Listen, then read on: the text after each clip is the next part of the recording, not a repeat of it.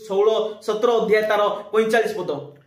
तेबे दाऊद पलिष्ट को कहिले तुम्बे खड्ग घेनी बच्छा घेनी और शल्य घेनी मो कति के आसी अछ मात्र तुम्हें जहाँ को तुच्छ करियछ से इस्राएल सैन्य श्रेणी परमेश्वर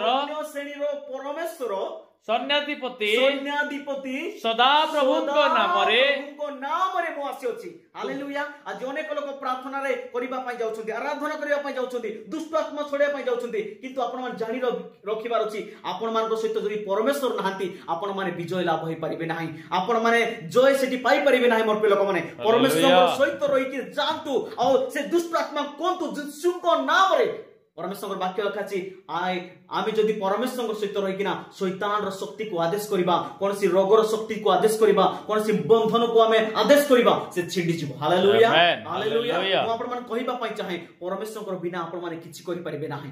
परमेश्वर सहित रुहंतु आ आपण माने जे कोनसी स्थान रे आपण माने प्रार्थना करंतु से जगह रे आपण मानकर परमेश्वर से जगह रे अद्भुत आश्चर्य कर्म देखिबे, से जगह रे परमेश्वर मिराकल देखिबे, से जगह रे अनेक बंधन टूटिबो, से जगह अनेक रोगी माने सुस्थ हेबे, से जगह रे अनेक छोटा माने चलिबे। आज मध्य से सामत परमेश्वर, आज मध्य से कार्य करिबा परमेश्वर, आज मध्य से अंध को देखेबे, आज मध्य से छोटा को चलेबे, आज मध्य से मरिला मृदा को मध्य जी उठेबे। हालेलुया। प्रभु को महान नाम धन्यवाद।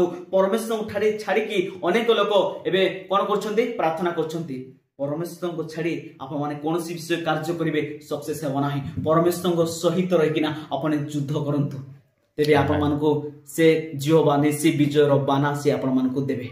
हालेलुया। प्रभु नाम धन्यवाद। दिंदी दाऊद गालियत को सहित ठिया आइछि आ कहछि मो से सैन्य श्रेणीर सेनापति, से इस्राएल राजा, से तृतीय दिन रो विजय उठिबा परमेश्वर से यीशु कृष्ण को नाम रे मो आसी अछि। जदि ताहांक सहित रही आपण माने युद्ध करिवे तेबे आपण मानकर विजय सुनिश्चित। Hallelujah hallelujah.